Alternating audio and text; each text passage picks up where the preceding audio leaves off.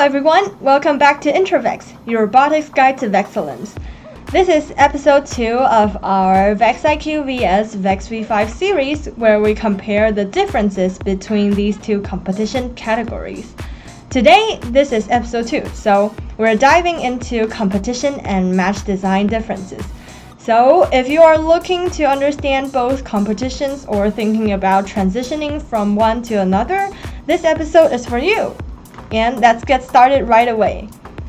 First, let's talk about match design. One of the biggest differences in how teams participate in the match. So for VEX IQ, as you can see on the picture, it's about teamwork. All people have the same color, so which means that they are cooperating. Two teams work together to get the highest possible score. This means that strategy discussions before a match are super important since you're aiming for maximum cooperation. There will be two teams on the field each with two drivers and one loader. At least it's for this season. We don't know about the future seasons, but it's likely the same. And then the match lasts 1 minute. And there is a required driver switch at the 25-second to 35-second mark, meaning another driver on your team must take over the control and you cannot drive all 1 minute by yourself. Now, in VEX V5, things get a little bit more competitive. Each match includes 4 teams split into 2 alliances, one red and one blue. The team work together with their alliance partners while competing against the opposing alliance to score more points. As you can see on the picture, there are the red team and the red alliance and the blue alliance. They will try to score the highest score to win the match. V5 matches last 2 minutes, with the first 15 seconds being the autonomous period, where robots move entirely based on programmed instructions. The rest is driver control period, which is during the 1 minute and 45 seconds. When also no driver switch is required, so only one people is minimally required on the driver station. For communication, VEX V5 also complicates things. This is because not only you need to decide on the strategy beforehand, you also have to communicate with your teammates and your alliance teammates with immediate decisions in game. For example, maybe your opponent was doing something unexpected and you have to immediately think of a strategy that you have to tell your teammates.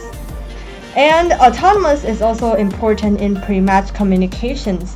You will have to plan, you have to distribute the sides of the autonomous for between you and your teammate, so that during the actual match you won't bump into each other or cause any chaos that results in a loss of points.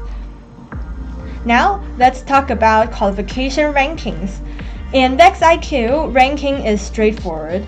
It's based on your average match score, with your lowest scoring match being dropped every 4 matches. And the higher your average, the higher your rank. So, it's kind of simple, so let's look at an example. This one is from a competition that I attended before in VEX IQ. We've competed in 5 qualification matches.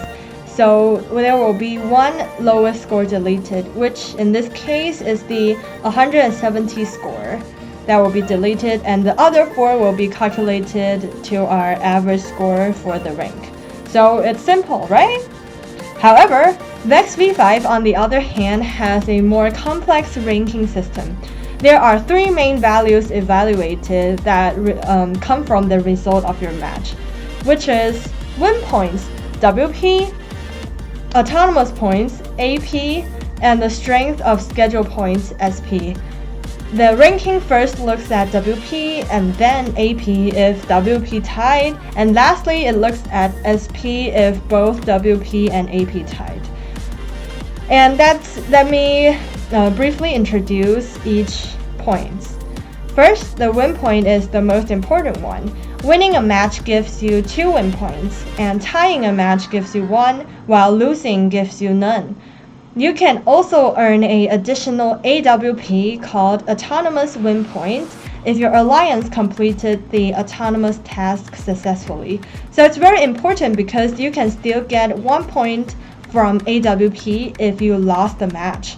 And it can be very crucial because the teams that may win without a AWP only gets 2, while you get 1 even you lose.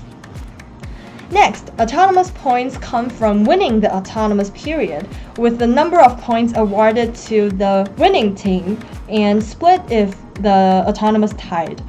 The score awarded differs through every season. For example, the over-under season last year awards 8 points to the winning team, to the winning alliance, and 4 to each team if tied. And for this year, it awards 6 for the winners and 3 for tied situations. Finally, strength of schedule points come from the losing alliance final score. For example, if the match ends in 60-30, all 4 teams receive 30 SP. This helps rank teams more fairly when playing against stronger or weaker opponents. So overall, I would say that V5 has a much more complicated ranking system. Even though it may be difficult to understand, but it's important to know it so you know what to prioritize in the competition. Next, let's talk about final matches.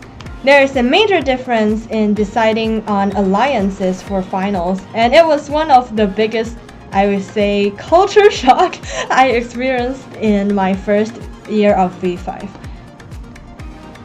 In VEX IQ, the final alliance are determined by rankings from qualification.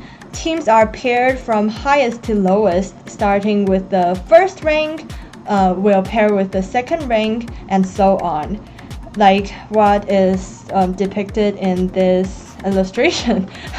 The 1 and 2 are paired, 3 and 4 are paired, and the 5 and 6 are paired. So, final matches can go up to, I don't know, maybe unlimited, but it goes until no more alliance can be paired. So if there is an odd number of teams, one team unfortunately would not be able to compete in finals. In VEX IQ, you cannot choose who you partner with. It's all about the qualification rankings. But in V5, alliances are chosen. The top-ranked teams pick a partner, and the team picked can either accept or decline. If they decline, they must wait for their turn to choose another team. A team can only be invited once, so talking with who you want to pick or the team you want to get picked by is important so you won't get rejected by every team without any planning beforehand. And in VEX V5, only 16 alliance at max move on to the finals. As you can see here, this is the final alliance bracket. And depending on the number of alliances, higher ranked alliance may get a bye round straight into quarterfinals. For example, if only 12 alliances could be formed, you can see here the alliance 1 here, the alliance 4 here, and the alliance 2 here, and the alliance 3 here will directly go into quarterfinals because they don't have a alliance to compete with. And for world qualifying or multi-divisional events, the final match, which is the this block marked tournament champion right here, this is the final match. Okay, and this is if it's world qualifying or multi-divisional, the final match will be played in best of 3. For smaller events or non-qualifying ones, you will just get one match to determine the winner. Finally, let's talk about skills challenge. Both VEX IQ and V5 have the same format. There's not much difference. Each team gets 3 attempts for both driver skills and autonomous skills with a 1-minute time limit per run. And that's a wrap on the competition and match design differences between IQ and V5. I hope this helped clarify how the two competitions work. If you have any questions, drop them in the comments below. This is IntroVEX, your robotics guide to excellence. See you next time. Bye bye!